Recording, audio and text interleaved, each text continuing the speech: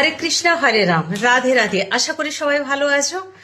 আজকে অনেক দিন পর তোমাদের কাছে আমি রান্নার ভিডিও নিয়ে এসেছি।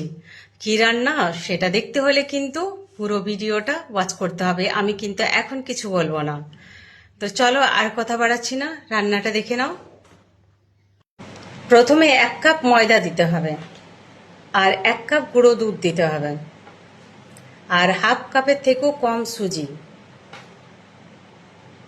দিয়ে, আর সামান্য একটু বেকিং সোডা, এখানে কিন্তু বেকিং পাউডার না, বেকিং সোডা দিতে হবে। দেওয়ার পর একটু নাড়াচাড়া করে ভালো করে মিশিয়ে নিতে হবে সব ইনগ্রেডিয়েন্টসগুলো। মিশিয়ে আমি দুধ দিয়ে মেখে নিচ্ছি। এখানে ঘিটা এখনও দেওয়া যেতে পারে, পরেও কিন্তু ঘি দেওয়া যেতে পারে, কিন্তু ঘিটা দিতেই হবে।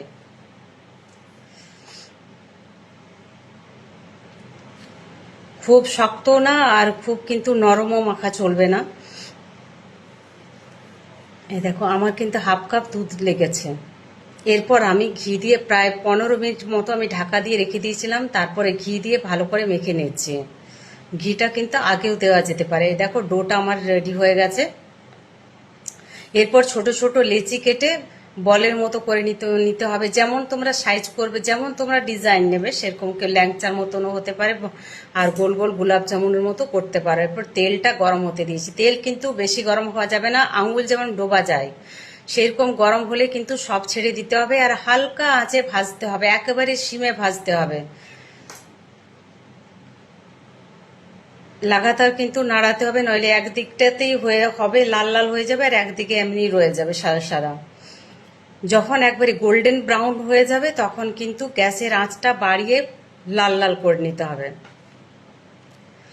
গ্যাসের আঁচটা বাড়িয়ে লাল লাল করে, গ্যাসের আঁচটা কিন্তু মাস্ট শেষের দিকে বাড়াতে হবে, নইলে কিন্তু ভেতরটা শক্ত থেকে যাবে। বাড়িয়ে আমি লাল লাল করে ভেজে নিলাম।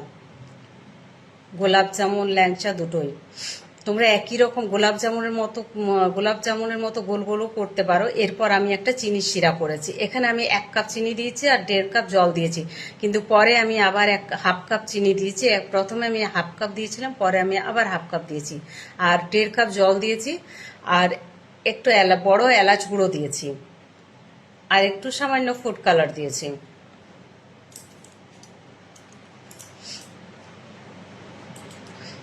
দিয়ে একটু সিরাটা বানিয়ে নিতে হবে। এটা কিন্তু কোনো তার বানাতে হবে না, জাস্ট চিটচিট করলে কিন্তু, মানে হাতে চ্যাটচ্যাট করলে কিন্তু মিষ্টিগুলো দিয়ে আর গ্যাসটা অফ করে দিতে হবে। তারপর ঢাকা দিয়ে আমি রেখে দিয়েছি এখানে। এরপর আমি একটা যে কাস্টার্ডটা বানিয়ে নিচ্ছি।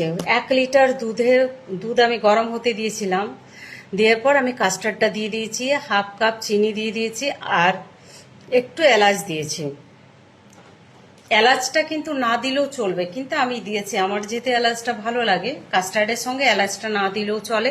আর দেখো, খুব বেশি কিন্তু ঘন করা যাবে না, কারণ ঠান্ডা হলেই ঘন হয়ে যাবে। খুব বেশি ঘন করলে কিন্তু মিষ্টির ভিতরে দুধটা ঢুকবে না। এরপরে ঠান্ডা হয়ে যাওয়ার পর আমি ফ্রিজে রেখে দিয়েছিলাম। এই দেখো আমার মিষ্টিগুলো কিরকম হয়েছে, চিনির রসটা পুরো টেনে নিয়েছে। কত সুন্দর হয়েছে দেখো, পুরো মানে নরম হয়েছে, ভেতরে পুরো রস ঢুকেছে দেখো। আর কাস্টার্ডটাও আমার হয়ে গেছে। কাস্টার্ডটা কিন্তু খুব বেশি ঘন করা যাবে না। এ দেখো, এরপর আমি সার্ভ করে নিচ্ছি।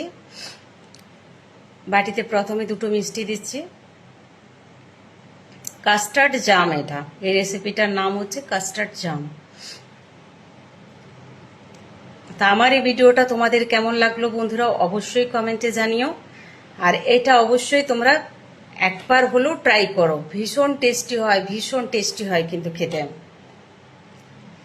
এটা কাস্টার্ড না দিয়ে তোমরা কর্নফ্লাওয়ারটাও দিতে পারো, অনেকে কাস্টার্ড পছন্দ করে না, কর্নফ্লাওয়ারও দেওয়া যাবে।